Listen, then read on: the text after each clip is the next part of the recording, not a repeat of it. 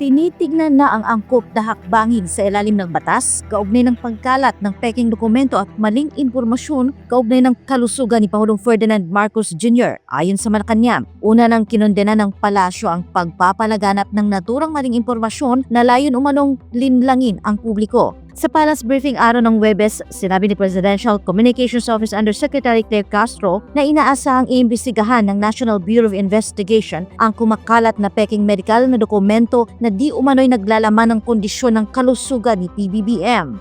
Ani Castro, ito'y seryosong usapin at hindi dapat ipagsawalang bahala. Dapat lang tignan ito dahil hindi na po biro ang biruin ang kondisyon kalusugan ng Pangulo. Kaya po ang NBI, alam po natin na mabilis umaksyon ng NBI para maimbestigahan kung sino po ang nasa likod dito. Saad pa ng opisyal, inaasahan na agad na kikilos ang mga otoridad lalo na't napag-usapan na ito ng publiko. Hindi kailangan idulog. Mabilis ang NBI umaksyon. Alam naman nila kung ano nangyayari sa gobyerno natin at sa ating kapaligiran. So without even an order coming from the President, the NBI is mandated to investigate this matter. Una nang naglabas ng public advisory ang St. Luke's Medical Center na ang mga medical test result na kumakalat sa social media na di umano'y kay Pangulong Marcos Jr. ay pekeng dokumento at peke ang nilalaman. Hinihikayat naman ng pamunuan ng ospital ang publiko na maging maingat at responsable sa pagbabahagi ng impormasyon at iwasang ipalaganap ang mga hindi beripikado o hindi opisyal na datos. Gabi ng Miyerkules naglabas ang PCO ng isang video ng Pangulo sa social media. Sa kanyang pahayag, sinabi ni PBBM na mabuti na ang kanyang kondisyon at nagbalik na sa pagganap ng kanyang mga opisyal na tungkulin. Yan lang yung sinasabi ko noon, yung sinabi ko sa inyo last week. Ito yung mga inaantay na ako mamatay. Huwag kayong excited. Nasumog na naman ang pagka-excited ninyo. Andito pa ako. Ibinahagi ng punong ehekutibo na patuloy siyang dumadalo sa mga opisyal na aktibidad kahit pa pinapayuhan siya ng kanyang mga doktor na maghinay-hinay muna. Binigyan lang ako ng mga gamot at saka patuloy pa rin yung aking antibiotics pero okay na ako. In fact, nakapag-EDC meeting na kami nung Lunes with most of the cabinet. So I'm back in pero medyo nagtatampo sa akin yung mga doktor ko. Kasi sinasabi nila, wag muna. Sabi ko, hindi ko naman pwede pag-antayin lahat ng mga nangyayari. So, tinuloy ko na lang. Ang giling ng mga doktor ko. Binigyan lang ako ng mga gamot. At saka patuloy pa rin yung aking antibiotics. Pero okay na ako. In fact, nakapag-EDC meeting na kami nung Lunes with most of the cabinet. So, I'm back in pero medyo nagtatampo sa akin yung mga doktor ko. Kasi sinasabi nila, wag muna. Sabi ko, hindi ko naman pwede pag-antayin lahat ng mga nangyayari. So, tinuloy ko na lang. And tomorrow, I have some meetings in the office. And tuloy-tuloy na. Pero sir, nabanggit sa akin ni Sec Dave, meron daw kayo napaniginipan. No. Parang may namimiss yata kayong food. Dahil, ang ano pa rito, kailangan for a few days, hindi ko pwedeng kumain ng solid food para matanggalan ng stress yung bituka mo. So, puro sabaw lang ako. Kaya nanaginip ako yung isang gabi. Sabi ko sa doktor, pwede na ba ako kumain ng kung ano-ano? Kasi nanaginip ako, nakakain ako ng steak. Yun lang ang iniisip ko. Pero hindi pa pwede. Hindi pa, ngayon pwede na. Pwede na. Pwede na. Ayan. Oo. Good news na yan. Kumain na ako ng hamburger. Ay na. But anyway, sir, namimiss na kayo na ibang mga taga-media. Sabi nila, ba't hindi nakarating si Pangulo sa awards rights ng mga outstanding government workers? Oo nga. Hindi ako nakarating dahil meron pa akong gagawin. Pinapunta ako sa nagkonsulta na nandito yung mga doktor. Nagkonsulta sila para tignan na talagang maayos. Kasi nga nagre-reklamo sila na dapat magpahinga ako. Sabi ko, hindi ako pwedeng magpahinga. Hindi ako kasama dyan sa mga pahinga. Huwag mo sana. Maraming salamat sa lahat ng tao that have been concerned about my health at maraming nagpadala ng mga mensahe na gumaling ka na kagad. Sabi ko, at nagpapasalamat ako sa kanila. Thank you for your concern. But I said, I got the best medical the best possible medical care that you can have, and that's why I'm already back in harness. Kaya tuloy-tuloy. Tomorrow, gusto ko nang batiin yung PNP natin.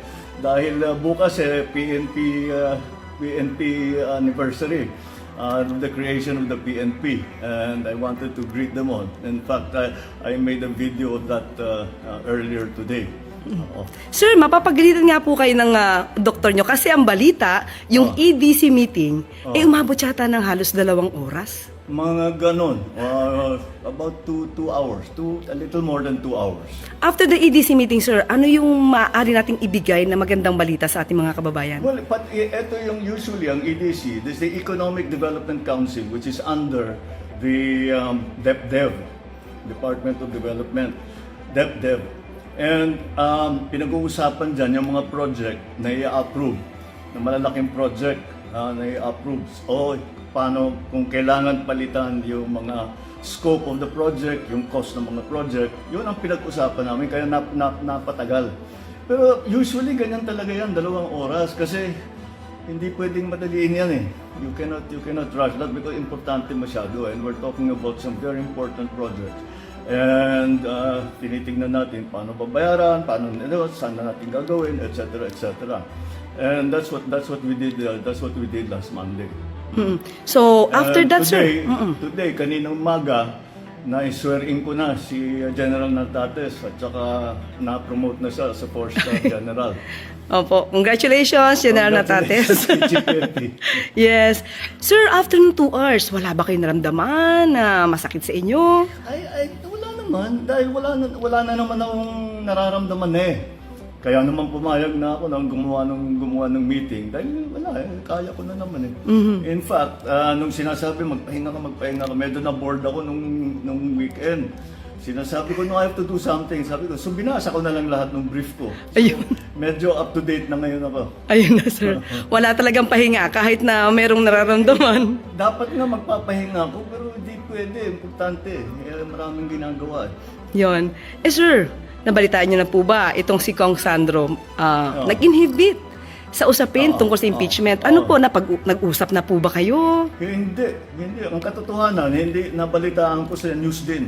Hindi niya sinasabi sa akin. Pero tama yung ginagawa niya. That's very proper. Dahil I am his father.